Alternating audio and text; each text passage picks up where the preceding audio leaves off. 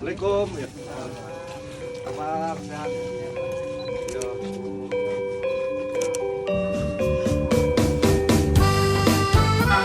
Dinaikkan gaji.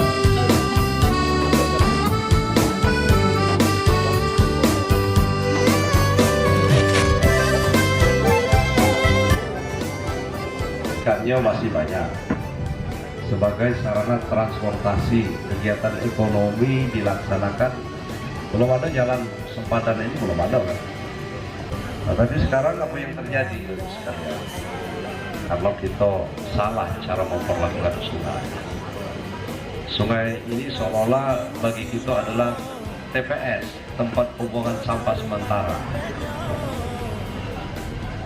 Tidak pernah kita bagaimana mengupayakan sungai ini kembali seperti dulu, bersih, ikannya banyak. Itu harapan kita. Good morning.